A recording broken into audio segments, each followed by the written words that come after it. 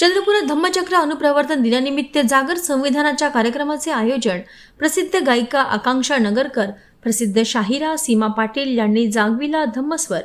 चंद्रपुरात सांस्कृतिक कार्य विभाग, सांस्कृतिक कार्य संचालनालय, महाराष्ट्र शासन यांच्या वतीने भारतीय संविधान अमृत महोत्सवी वर्ष आणि चंद्रपुरात होणाऱ्या 69व्या धम्मचक्र अनुप्रवर्तन दिनाच्या निमित्ताने प्रियदर्शनी सभागृहात सांस्कृतिक कार्यक्रमांचे आयोजन करण्यात आले.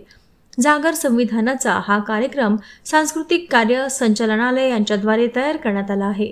कार्यक्रमात भारतीय संविधानाबद्दल जागरूकता वाढवण्यासाठी संगीत, नाट्य यांसारख्या विविध कलांचा समावेश केला गेलाय.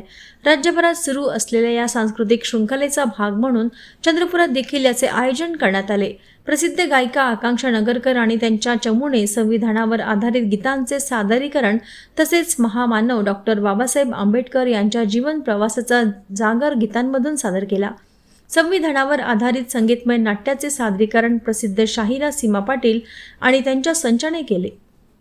संविधानाच्या अमृत महोत्सवी वर्षानिमित्ताने सांस्कृतिक कार्य विभागाचे मंत्री माननीय आशिष शेलार साहेब यांच्या संकल्पनेतून भारतीय संविधानाचे मूल्य आजच्या तरुण पिढीपर्यंत व सर्व समाज घटकापर्यंत रुजवावे याकरता जागर संविधानाचा या सांस्कृतिक कार्यक्रमाचे आयोजन संपूर्ण राज्यभरात मोठ्या उत्साहात आणि मोठ्या भव्य स्वरूपात करण्यात येत आहे. विभागाचे सचिव माननीय डॉक्टर किरण कुलकर्णी सर यांच्या मार्गदर्शनाखाली आणि विभागाचे संचालक माननीय श्री विभीषण चौरे साहेब यांच्या नियोजनाखाली संपूर्ण राज्यात भारतीय संविधानाचे जागर संविधानाचा हा कार्यक्रम होत आहे.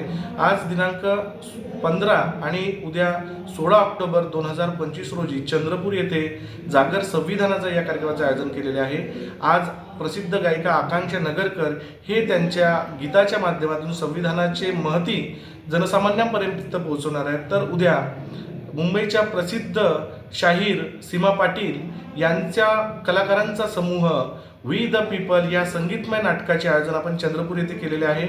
या माध्यमातून भारतीय संविधान, त्यांचे मूल्य, मूलभूत कर्तव्य, हक्क, जबाबदाऱ्या यासोबतच सर्व भारतीय संविधानातील जास्तीत जास्त आपण सामान्यापर्यंत पोहोचण्याचा एक सांस्कृतिक कार्य विभागाचा हा प्रयत्न आहे.